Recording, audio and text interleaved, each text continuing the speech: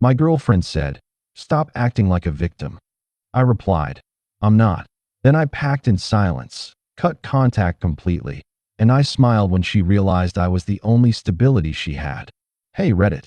I'm a 32-year-old guy who's always prided himself on being the steady one, the rock in a storm. Growing up in a chaotic household where my parents' arguments were the soundtrack to my childhood, I vowed early on to be different. I built my life around reliability, brick by brick. By day, I crunch code at a mid-sized tech firm, solving problems that keep the digital world spinning. It's not glamorous, but it pays the bills and gives me a sense of control. I own my small apartment outright, a modest 2-bedroom in the suburbs, paid off through years of disciplined saving and smart investments. No flashy car or vacations. Instead, I find peace in my quiet routine. Morning runs, home-cooked meals, and evenings lost in books or podcasts about personal growth. But relationships? They've been my Achilles heel, a blind spot I ignored for too long. I've poured my heart into them, thinking I could be the fixer, the one who mends the cracks. My first serious girlfriend in college was a whirlwind, fun, but reckless. I held us together through her drama, only for her to leave when things got too boring. Then came others. A coworker who drained my energy with her insecurities, a long-distance fling that fizzled under the weight of unmet expectations. Each time, I'd internalize the pain, convincing myself it was my fault for not being enough. Deep down, I carried unspoken baggage, fear of abandonment, a need to prove my worth, that made me cling to toxic patterns. This story isn't about blame. It's about the moment I finally saw the truth staring back at me. In the mirror of that breakup, I recognized how I'd enabled the chaos, mistaking stability for love. It was a wake-up call, forcing me to confront whether I was the victim or just the enabler. Now, I'm rebuilding, one honest step at a time. If you're nodding along, maybe it's time for you to do the same.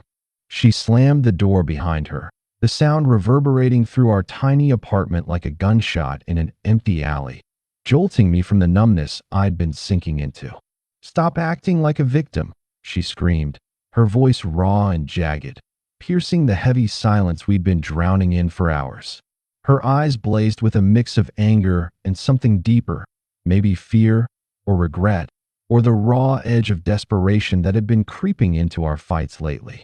I stood there, frozen in the dim light of our living room, the single lamp casting long shadows across the cluttered coffee table strewn with half-empty wine glasses and crumpled tissues from earlier tears. My suitcase sat half-packed on the bed in the corner, a silent witness to the unraveling, its zipper gaping like an open wound. The air was thick, almost suffocating, with the lingering scent of her floral perfume, jasmine and vanilla, the one I'd bought her for our anniversary last year, mingling with the faint mustiness of our shared space. It was a smell that used to comfort me, a reminder of lazy Sundays and whispered promises. But now, it choked me, highlighting the unspoken fractures in our 3-year relationship, the late nights she'd spend out with friends, the arguments that started over nothing and escalated into everything. The way she'd accuse me of being too controlling while I bit my tongue to keep the peace. We'd been circling this drain for months, ever since she confessed to flirting with that guy from her office. A harmless crush, she'd called it, but I saw the cracks widening. In that instant, as she paced the room, her fists clenched, I knew this wasn't just another fight. It was the tipping point, the moment where one wrong word could shatter everything we'd built. My mind raced. Should I yell back, defend myself, or just walk away? The consequences loomed large. Losing her meant losing the only person who'd made me feel seen, but staying meant erasing myself further. My heart pounded, palms sweaty, as I replayed the last 3 years in a flash. The good times, the laughter, the way she'd lean on me when life got tough. But also the pain, the exhaustion of being the steady one while she spun out of control. I wasn't a victim, not really. I was just tired of pretending everything was fine. One move, and it all could end, leaving me to pick up the pieces alone, or worse, risk losing the last shreds of who I was. The room felt smaller, the air heavier. As I waited for what came next, my suitcase a lifeline I wasn't sure I was ready to grab. Looking back, it all started small, like a crack in a foundation you ignore until the whole house collapses. We'd been together since I was 29, fresh out of a toxic breakup that had left me questioning my worth. My ex had cheated, gaslit me into thinking it was my fault, and I'd spent months in therapy picking up the pieces. Then I met her at a mutual friend's party. Vibrant, unpredictable, the kind of woman who lit up a room with her laughter but burned out just as fast.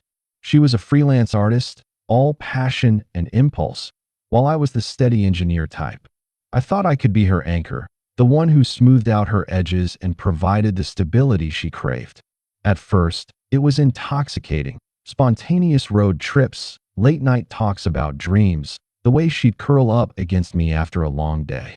But the cracks appeared early. We'd argue about little things, her late nights out with friends, my need for routine. She'd blow off plans, and I'd wait up, worried. "You're so boring," she'd tease, but it stung. It escalated over time. She'd accuse me of being controlling, of smothering her freedom. "You act like my dad," she'd snap during fights, storming out only to return hours later, apologetic.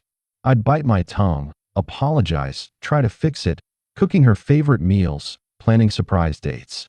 Deep down, I knew I was enabling her chaos, letting her lean on me while she pushed boundaries. But I convinced myself it was love, that I was saving her from herself. That night, it all boiled over.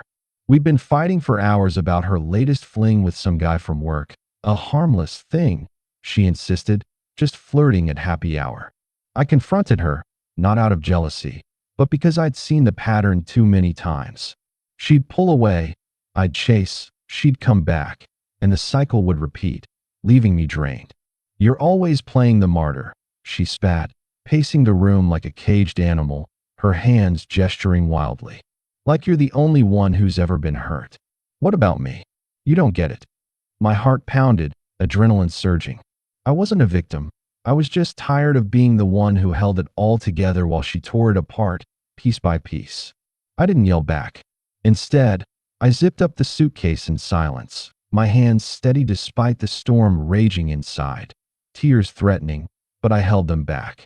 "I'm not," I replied quietly, my voice barely above a whisper, cutting through the tension like a knife. She stared, confused, her anger faltering into bewilderment, as I grabbed my keys and walked out the door. No dramatic exit, no slamming doors, just the soft click of the lock behind me, sealing the chapter. I drove to a cheap motel that night, the neon sign flickering outside my window, staring at the water-stained ceiling as I replayed every argument. Was I running from the pain, or finally standing up for myself? The consequences hit me hard.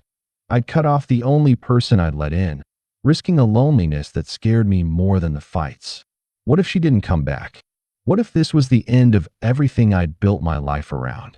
The uncertainty gnawed at me, but for the first time, it felt like progress. Days turned into weeks, and the initial rush of freedom felt like a high I couldn't sustain. I blocked her number, deleted her from every social media platform, and threw myself into work with a vengeance, staying late at the office, burying myself in code and deadlines. It was liberating at first. Meals alone at quiet diners, no constant texts to check, no endless apologies to craft. I rediscovered hobbies I'd neglected, like hiking on weekends or reading thrillers that kept me up late. But the silence gnawed at me, a persistent ache in my chest. Friends at the office asked where she was, their casual inquiries probing like needles. I'd shrug it off with a forced smile, muttering something about taking a break, but inside, doubts crept in. Was I being too harsh? Had I overreacted? Then, about a month in, I got a call from a mutual friend, Jake, the one who'd introduced us. His voice was low, concerned. "Dude, she's spiraling. Job troubles, got fired from that freelance gig. Bills piling up, and that same guy from work ghosted her after a week. She's a mess, drinking too much, keeps asking about you." I listened in silence, my grip tightening on the phone. Part of me felt a pang of guilt, the old fixer instinct kicking in. But I didn't respond. Not at first. Curiosity, that stubborn bastard, got the better of me. I created a burner account and checked her socials. Her posts were a raw diary. Cryptic captions about feeling lost, vague cries for help. Who do I turn to when the world's spinning? Photos of empty bottles and tear-streaked selfies. It stung, seeing her vulnerability laid bare, but I reminded myself why I'd left. One night, 2 weeks later, I saw her at our old coffee spot, the cozy indie place where we'd shared countless mornings. She was alone, hunched over a latte, looking smaller than I remembered, her usual glow dimmed by exhaustion. She spotted me through the window, her eyes widening in shock. I didn't approach. I just watched from across the street as she fumbled for her phone, probably texting me frantically. But I'd cut contact completely. No replies, no openings. It was a test of my resolve, and I passed, walking away with a knot in my stomach. The real moment, the climax that sealed it, came 2 months later. I was at a dimly lit bar with coworkers, unwinding after a long week, when she walked in. Disheveled, her hair unkempt, clothes rumpled like she'd slept in them. She saw me, and for a split second, her face lit up with recognition, hope flickering in her eyes. Then it crumbled into desperation. She approached, weaving through the crowd, voice trembling as she reached me. "I need you," she said, her words slurring slightly, tears welling up. "You're the only one who's ever been there for me. Please, come back." I smiled, not out of cruelty, but a genuine wave of relief washing over me. In that instant, she realized what I'd known all along. I wasn't the victim. I was her stability, and by walking away, I'd forced her to see the void I'd filled. She begged, pleaded, grabbing my arm, but I stood firm, gently pulling away. "You've got to figure this out yourself," I told her calmly, walking away for good. The door closed behind me, and for the first time, I felt truly free. It's been 6 months now since that night, and the dust has finally settled. I'm single, embracing the solitude that once terrified me, and I've thrown myself into therapy twice a week, sessions that peel back the layers of why I always played the fixer. My therapist calls it a savior complex, rooted in my childhood, where I learned to anticipate others' needs to avoid conflict.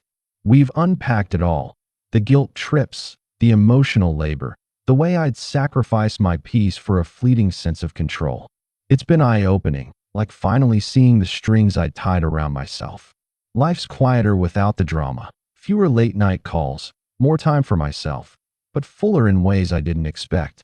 I've picked up guitar lessons, started volunteering at a local shelter, and even traveled solo for the first time, hiking trails that mirrored my journey inward. Work's thriving. I've gotten a promotion, proving I don't need chaos to feel alive. I don't regret walking away. Not for a second.